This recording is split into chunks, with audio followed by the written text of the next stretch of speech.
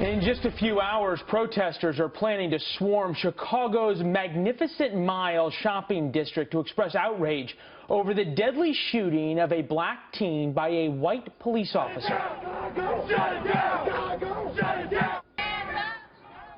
Angry protesters last night chanting 16 shots and hands up, don't shoot, the third night of demonstrations since Tuesday's release of dash cam video of the incident.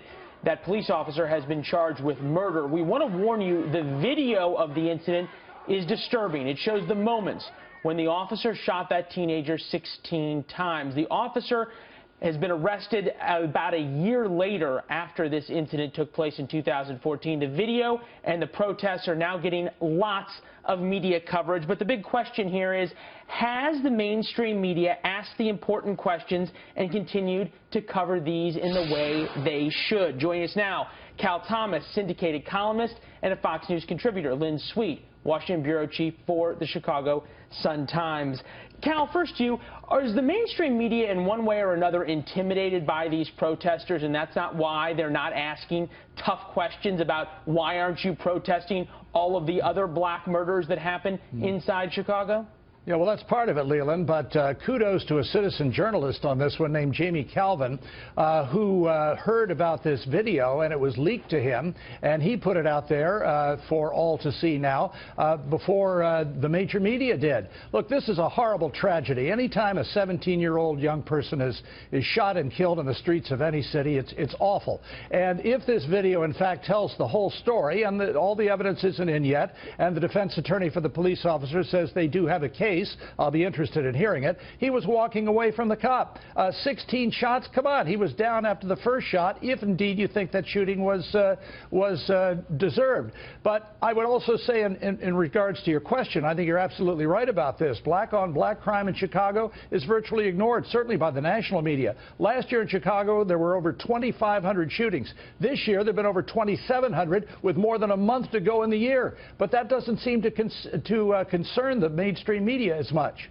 Lynn, to you now. Our Matt Finn on the ground is reporting that Jesse Jackson, the Reverend, has put out a robocall telling people to come down to the Magnificent Mile protest on Black Friday. The question is, why hasn't Jesse Jackson put out a robocall telling people to walk the streets in Cabrini Green in the south side of Chicago? And why isn't the media asking him, why aren't you doing anything about what's killing far more young black teenagers than obviously, police officer who's in a lot of trouble now?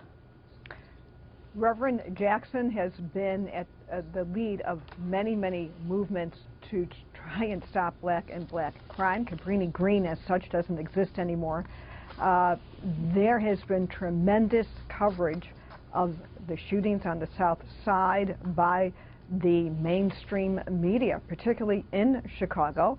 And I do applaud Mr. Kelvin, who went to court to get the videos released, and eventually other news outlets got them too. But there has been tremendous attention to crime in Chicago. I don't know how any person who is familiar with the situation says that there's not. And if you look at national coverage, Chicago has had, Mayor Rahm Emanuel was up for re-election in 2015, and I think a part of almost every story about his re-election had been about how he still was combating, not successfully, all the victims of violence on the south side.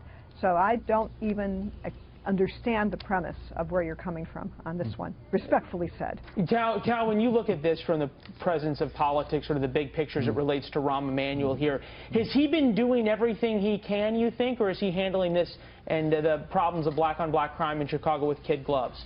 Well, one of the things I believe, Leland, and I've written about this for many years, that would help the African-American community, not only in the poor parts of Chicago, but in many other major cities, is school choice. The Democratic Party, including Rahm Emanuel, the entire Democratic structure in Chicago, and in fact here in Washington, the entire Democratic establishment in the Congress will not allow poor African-American children to escape from failed public schools. If you don't get a good education, you have 2 strikes against you right away. And I think that's that's where the protests ought to be. I think young African-American children are being denied a decent education while the politicians send their kids to private schools like President Obama rightly does.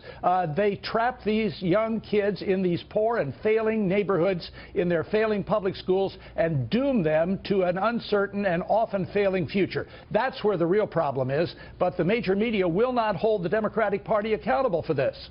All right, we'll leave it there. Cal Thomas, Lynn Sweet, thank you very much. As we There is a rebuttal to that. Sorry, we can't get to it. All right, we'll get to it next time, Lynn. Thank you very much. Up against a hard break. We'll see you soon.